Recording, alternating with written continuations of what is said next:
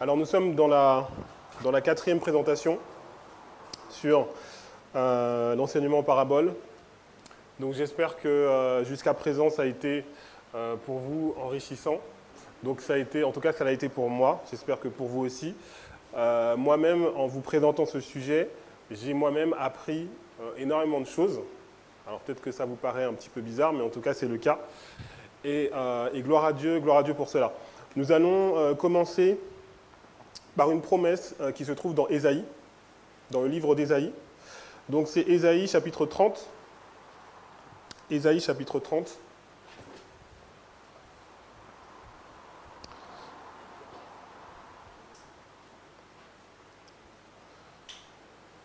Ésaïe chapitre 30 au verset 24.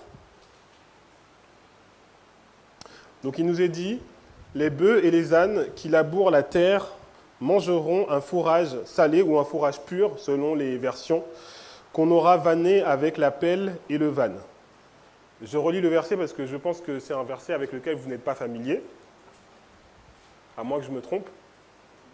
Je relis. « Les bœufs et les ânes qui labourent la terre mangeront un fourrage salé, un fourrage pur, qu'on aura vanné avec la pelle et le van. » Donc ici, on a une promesse qui nous est faite dans le livre d'Ésaïe.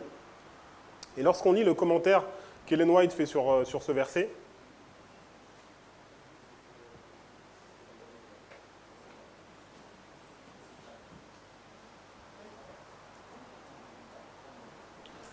donc il nous est dit, donc ça c'est dans Témoignage pour l'Église, Témoignage pour l'Église, volume 1, page 623. Elle nous dit, les pasteurs qui travaillent en parole et en doctrine doivent être des ouvriers consciencieux et doivent présenter la vérité dans sa pureté, mais avec simplicité. Donc qu'est-ce qu'elle dit, comment la parole doit être présentée? Avec pureté, dans sa pureté, et surtout avec simplicité. D'accord? Et donc après, ce qu'elle va faire, c'est qu'elle va faire une répétition-élargissement. Donc en fait, elle va répéter la même phrase, la même idée, mais avec des mots différents. D'accord? C'est le principe de la répétition-élargissement. Elle va nous dire, ils doivent nourrir le troupeau, comment? Avec un fourrage pur, correctement vanné. D'accord? Donc elle fait référence au verset qu'on vient de lire. Et on peut très bien imaginer que dans le naturel, donc vous avez ce fourrage que vous allez donner aux bêtes. Et ce fourrage, il n'est pas pur parce qu'il y a tout un ensemble d'impuretés qui sont là. D'accord? Et qu'il faut leur donner donc, un fourrage pur où vous allez vraiment donc, vanner, donc vous allez nettoyer toutes les impuretés pour qu'ils puissent avoir un fourrage qui soit propre, qui soit pur pour qu'ils puissent manger. D'accord? Et donc, on voit très bien que ça représente la parole. Donc la parole, elle doit être aussi pure, donc elle doit être enlevée de toutes ces impuretés qui sont en fait les idées préconçues, les mauvaises conceptions qu'on a rajoutées, les traditions des hommes. D'accord? Et donc vous comprenez mieux la promesse en fait. Les bœufs et les ânes qui labourent la terre, ils mangeront donc un fourrage pur. Donc le Seigneur va vraiment prendre soin à ce que le moment va venir où la parole de Dieu sera donnée vraiment à la fois dans sa simplicité et dans sa pureté. Et je ne sais pas pour vous, mais avec l'enseignement en parabole, avec cette méthodologie, moi en tout cas je retrouve la parole dans sa simplicité et dans sa pureté, sans toutes les opinions préconçues, sans les traditions des hommes, sans les avis des uns et des autres, mais vraiment l'enseignement pur de la Bible, et en fait l'enseignement simple, d'accord? À tel point que même les enfants arrivent à comprendre cet enseignement, d'accord? Alors, on m'a dit donc lors de ma précédente présentation que j'avais fini un peu vite, et que j'étais allé un peu vite, notamment sur le cas de Cyrus. Donc j'avais fait un ensemble de parallèles et je suis allé vite, donc je m'en excuse. Donc n'hésitez pas, hein, si je vais trop vite, vous me faites répéter, il n'y a aucun souci. Donc je vais juste répéter un petit peu ce qu'on avait dit. Donc le but, c'était de comprendre la notion de temps, de comprendre l'enseignement en parabole, mais par rapport au temps. Donc moi, ce que je vous ai fait, c'est que je vous ai emmené dans Ésaïe 46. Ésaïe 46, verset 10, c'est le verset qu'on utilise pour dire la fin par le commencement. Donc on prend ce verset et on l'utilise en disant que Dieu explique la fin par le commencement. Mais moi, ce que je voulais, c'est qu'on aille vraiment à partir du verset 1 et qu'on comprenne tout le cheminement. Parce que, en réalité, c'est l'erreur qu'on fait. On va directement dans les versets sans comprendre le contexte. Donc, on s'est replacé dans le contexte initial d'Ésaïe. Donc, Ésaïe qui parlait à un peuple qui est en captivité. Et Dieu leur dit, voilà, je vais vous envoyer un libérateur. Dieu leur dit, au début, à votre naissance, vous étiez en Égypte. Vous étiez captifs et je vous ai envoyé un libérateur. Ce libérateur, c'était qui? C'était Moïse. D'accord? Et Dieu leur dit, moi, à la fin, je ne vais pas changer. Là, vous êtes en captivité à Babylone et je vais vous envoyer un libérateur. Et ce libérateur, c'est Cyrus. Maintenant, vous êtes des étudiants de la prophétie. Maintenant, Cyrus, il est mort il y a 2500 ans. Donc, en tant qu'étudiant de la prophétie, vous devez comprendre quoi? L'enseignement en parabole. Donc, lorsque Moïse a été envoyé, Moïse, en fait, il illustrait Christ. Moïse était un libérateur qui emmenait le peuple, qui les sortait de l'Égypte, pour les emmener en Canaan terrestre. Et il symbolisait l'œuvre de Christ, qui donc nous sort de l'Égypte. L'Égypte, c'est le monde, d'accord? La mondanité, le monde, les ténèbres, pour nous emmener en Canaan céleste, d'accord? Donc, on a compris que l'enseignement en parabole, on ne prend pas forcément toutes les caractéristiques, puisque Moïse, il a tué quelqu'un. Vous vous souvenez? Moïse est un meurtrier. Est-ce que pourtant ça veut dire que Jésus c'est un meurtrier? Non. En fait, on prend les caractéristiques que nous souligne la Bible et après on fait une application. Et c'est la même chose avec Cyrus. Cyrus, on a vu que c'était un libérateur qui a détruit Babylone. Donc Babylone symbolise le royaume de Satan. Donc en fait, il va forcément illustrer un libérateur qui va détruire la Babylone spirituelle. On a vu que Cyrus était loin, qu'il était le berger, qu'il allait libérer les captifs, qu'il allait accomplir la volonté du Seigneur. Donc, ce qu'on a fait, c'est qu'avec toutes ces caractéristiques, on nous montre, on comprend que Cyrus, c'est un symbole. Et en fait, il illustre l'œuvre de Christ.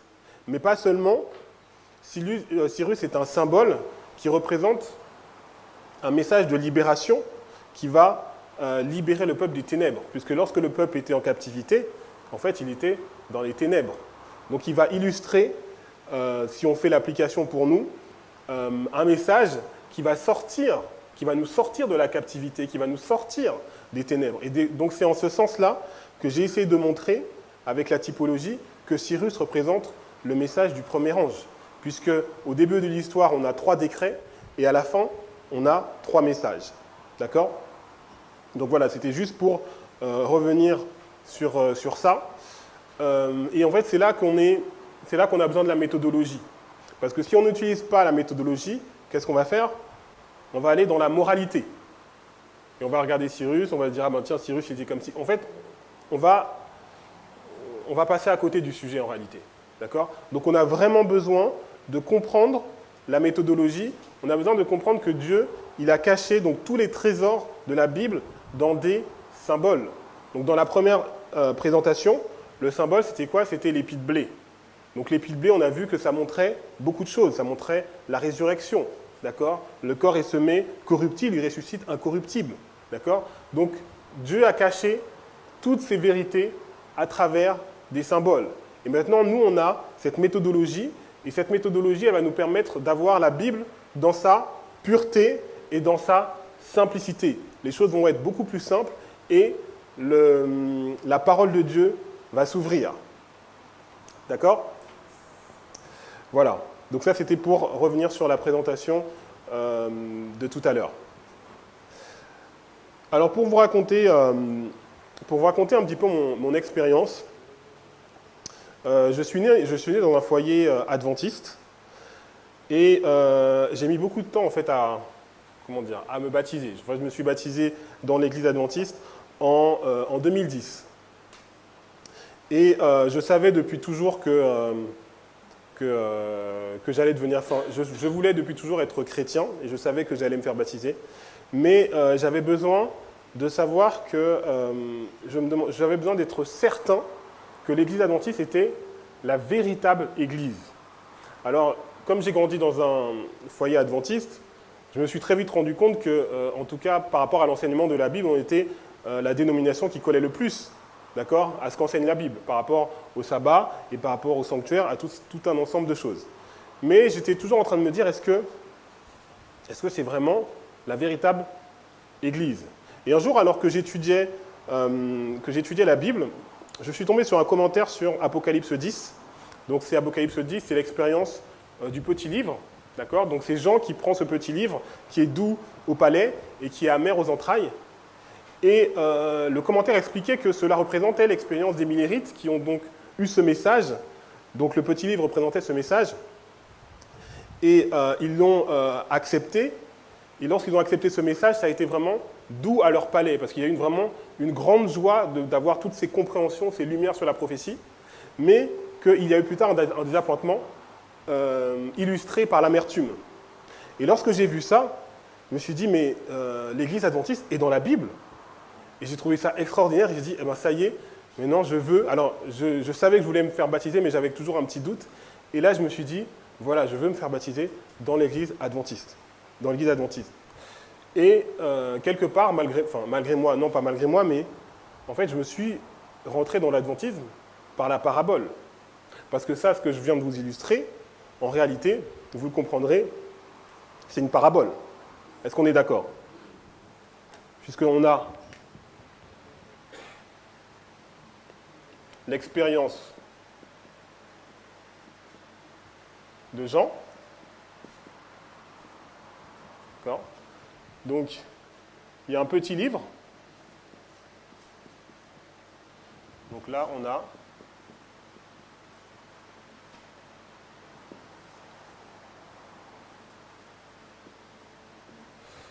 ce petit livre qui en fait symbolise le message. D'accord? Et le fait de manger ce petit livre, c'est le fait d'accepter ce message.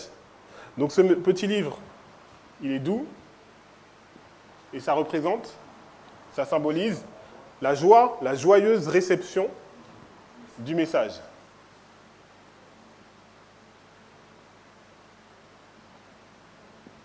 Et l'amertume, c'est le désappointement.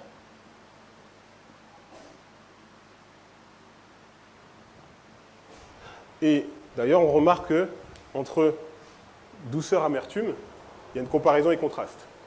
D'accord? Donc il y a des choses qu'on voit, plus on commence à regarder, plus on voit certaines choses.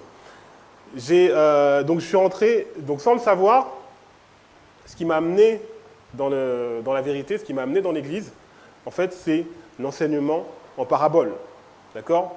Et plus le temps avançait, et plus je me suis rendu compte que, en fait, l'Église adventiste était représentée dans la parole de Dieu à travers l'enseignement en parabole.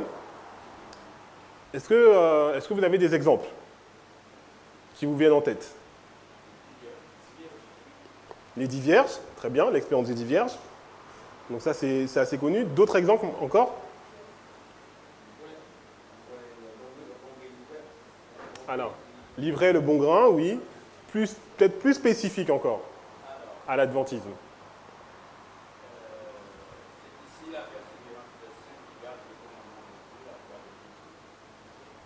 D'accord. Donc le message du troisième ange. Ok.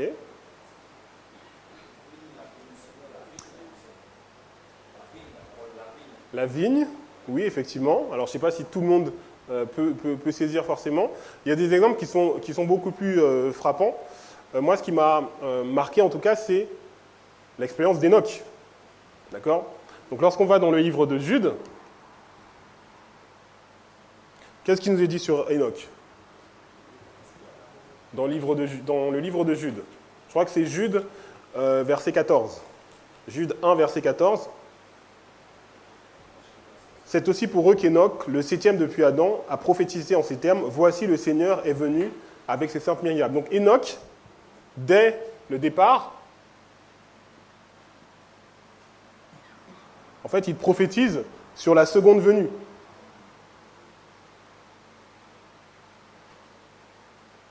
Et Enoch, dans la généalogie, il est le combientième? À partir d'Adam, il est le 7e.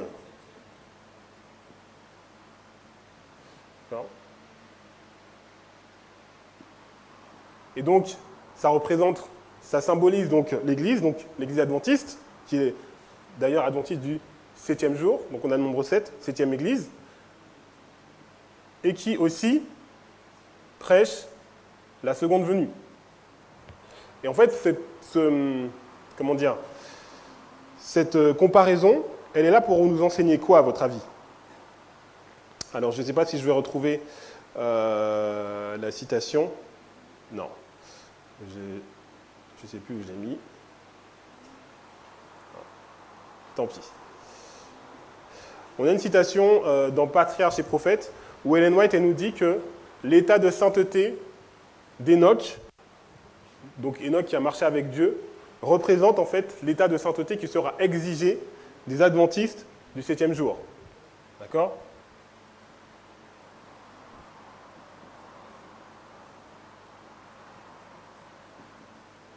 Donc, Dieu nous voit comme des Enoch. Enoch, en fait, il représente cette église qui proclame la seconde venue. Donc, vous voyez où est-ce que la barre est mise. On nous parle d'Enoch. D'accord ?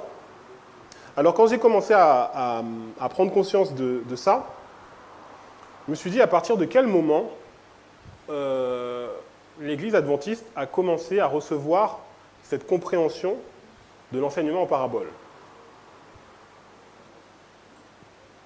Parce que l'église adventiste, même si aujourd'hui on a totalement perdu, comme on l'a vu, on a totalement perdu cette méthodologie d'enseignement en parabole, en fait on va voir que l'église l'a reçue à un moment donné. Le mouvement adventiste a reçu en fait cette compréhension sur l'enseignement en parabole. D'ailleurs, le fait qu'on voit cette compréhension, cette méthodologie revenir à la fin, qu'est-ce que ça nous montre, selon la méthodologie, que ça devait forcément être là au début. Alors, c'est à partir de quand? Alors, j'entends Ellen White, c'est avant.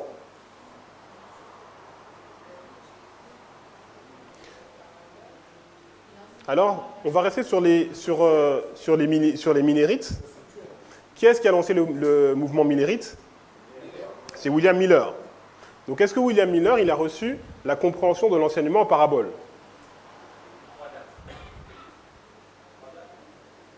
Donc, j'entends 3 dates. On s'approche. Vous n'avez pas l'air très, très sûr. Non? On va mettre le...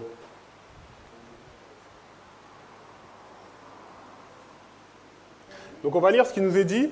Donc, quelqu'un veut... Allez-y, n'hésitez pas.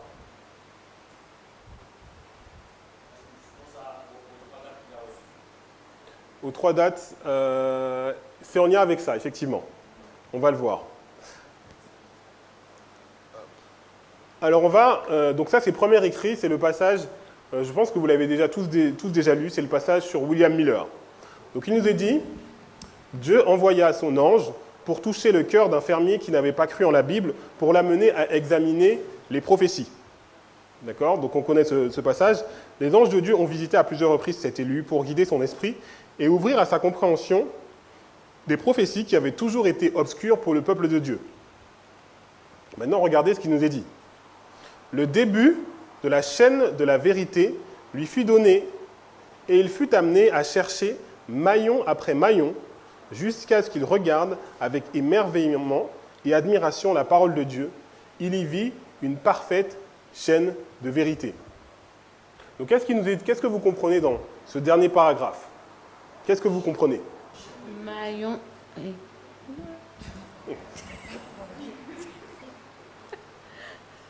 Non, ce que je disais, c'est que ça me rappelle maillon après maillon. D'accord. Le fait d'ajouter l'une dans l'autre qui donne une chaîne de vérité. Déjà, elle parle d'une manière symbolique, elle parle d'une manière parabole. Elle parle en parabole, là. D'accord.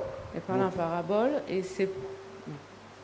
Elle illustre la parfaite chaîne de vérité en cette ligne de prophétie.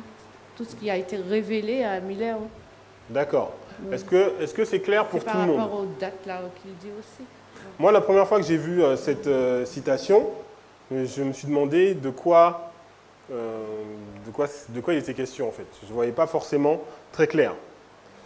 Est-ce que quelqu'un d'autre remarque quelque chose? Donc il y a plusieurs choses à remarquer dans cette phrase.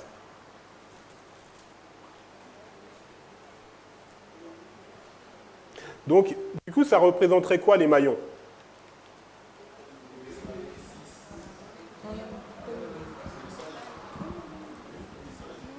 Message. Vas-y. Non, c'est autre chose alors. Non, ben, Il voulait répondre à ta question. Les maillons, nous savons que ça représente des histoires, d'accord? Mais c'est surtout des messages prophétiques. D'accord. Nous voyons, en fait, ce sont, comment on va dire cela? C'est une histoire qu'on va relier à une histoire. Une ligne, en fait, c'est ligne sur ligne. Ligne sur ligne, précepte sur précepte. Donc, on voit d'abord une histoire, par exemple la dispensation de, par exemple, Miller, nous voyons la dispensation de Christ, et nous voyons qu'après, ils vont comparer, et on voit qu'il ressort quelque chose. D'accord, très bien, très juste. Très juste. Moi, une des choses que je remarque dans ce passage, c'est qu'il nous est dit le début de la chaîne de la vérité lui fut quoi? Lui fut donné. Ça vous rappelle pas un passage biblique?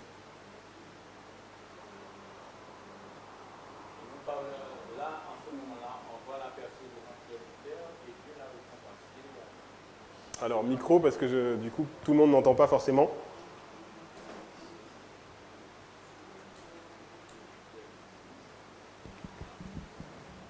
Oui.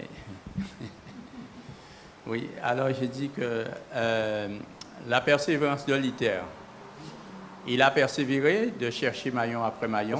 C'est Miller. Oui, Miller, excusez-moi. Et au final de tout, Dieu l'a récompensé parce qu'il a persévéré pour pouvoir trouver. Et voilà que Dieu a permis qu'il a découvert les trésors. Et voilà. Ok. J'attendais, très bien. Moi, j'attendais un verset biblique, en fait. En fait, j'attendais bon, je ne sais pas si vous avez vu le lien, mais j'attendais Matthieu 13. Matthieu 13, versets 10 et 11. Les disciples s'approchèrent et lui dirent « Pourquoi leur parles-tu en parabole ?» Jésus leur répondit « Parce qu'il vous a été donné de connaître quoi? Les mystères du royaume des cieux. » D'accord? Donc il lui a été donné, c'est Matthieu 13, verset 11. Et est-ce que William Miller, il a découvert les mystères du royaume des cieux?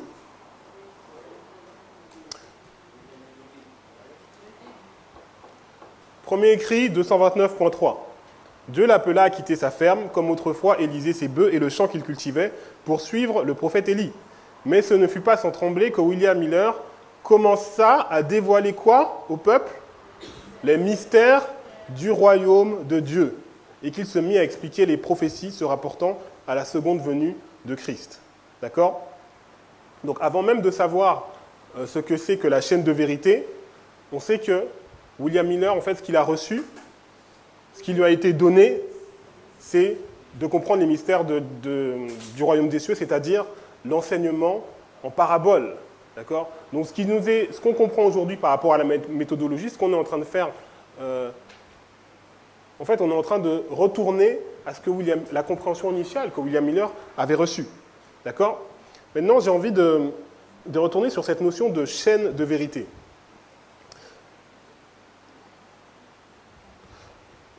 Ça sert à quoi une chaîne? D'accord. C'est bon. Maintenant?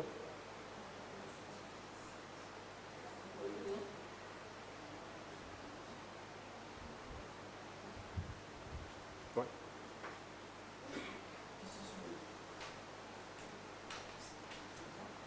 Non. Ok. Alors, donc, c'est bien parce que... Alors, à quoi ça sert une chaîne? Donc, le mot que j'attendais, c'est relier. Une chaîne, ça sert à relier. D'accord? Comme l'échelle de Jacob, exactement. Très bonne analogie.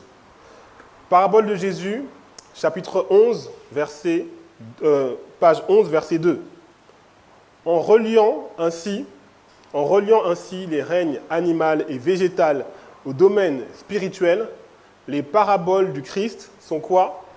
Sont les anneaux d'une chaîne sont les anneaux ou les maillons d'une chaîne de vérité qui unit l'homme à Dieu et la terre au ciel. D'accord? Donc la chaîne de vérité, la chaîne en fait sert à relier. Et en fait les différents maillons, c'est quoi? C'est différentes paraboles. Est-ce qu'on est d'accord?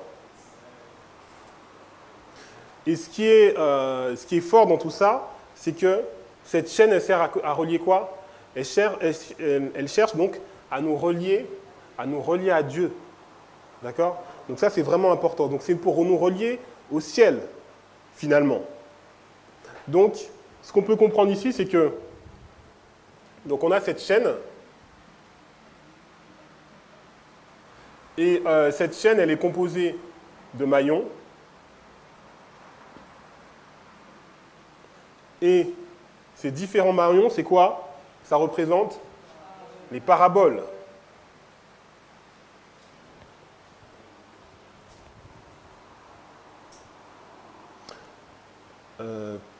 Prophète et roi, 408.3. Prophète et roi, 408.3. Les prophéties que le grand je suis a données dans sa parole, donc les prophéties, sont quoi? Sont autant d'anneaux ou de maillons de la chaîne des événements qui relient l'éternité dans le passé à l'éternité dans l'avenir. Donc la chaîne, ça concerne également les prophéties. D'accord? Donc parabole égale prophétie. Sauf que dans les prophéties, en fait, on relie quoi? On relie l'éternité du passé à l'éternité du futur. Alors que dans les paraboles, on relie quoi? Le céleste au terrestre. D'accord? Mais c'est la même chose, c'est toujours la chaîne de vérité. Donc, comme le sabbat se termine, donc on va passer un moment dans la prière et après on va reprendre juste après.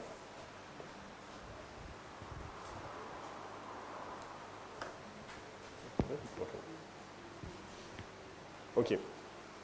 On va prier.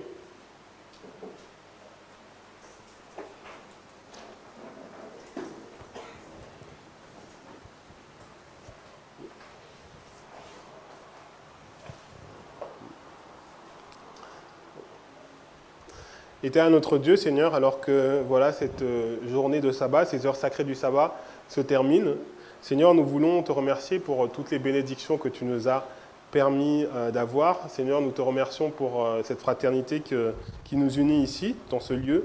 Nous te remercions aussi nous voulons te remercier pour l'enseignement que tu nous permets de comprendre, ces choses qui étaient cachées depuis la fondation du monde et que tu nous rends accessibles. Nous voulons vraiment te remercier pour cela. Et Seigneur, voilà, alors que cette nouvelle semaine commence, Seigneur, nous voudrions que tu puisses nous garder, que nous puissions vraiment apprécier ces trésors que tu nous donnes et que nous puissions vraiment comprendre cette méthodologie, chercher à la comprendre.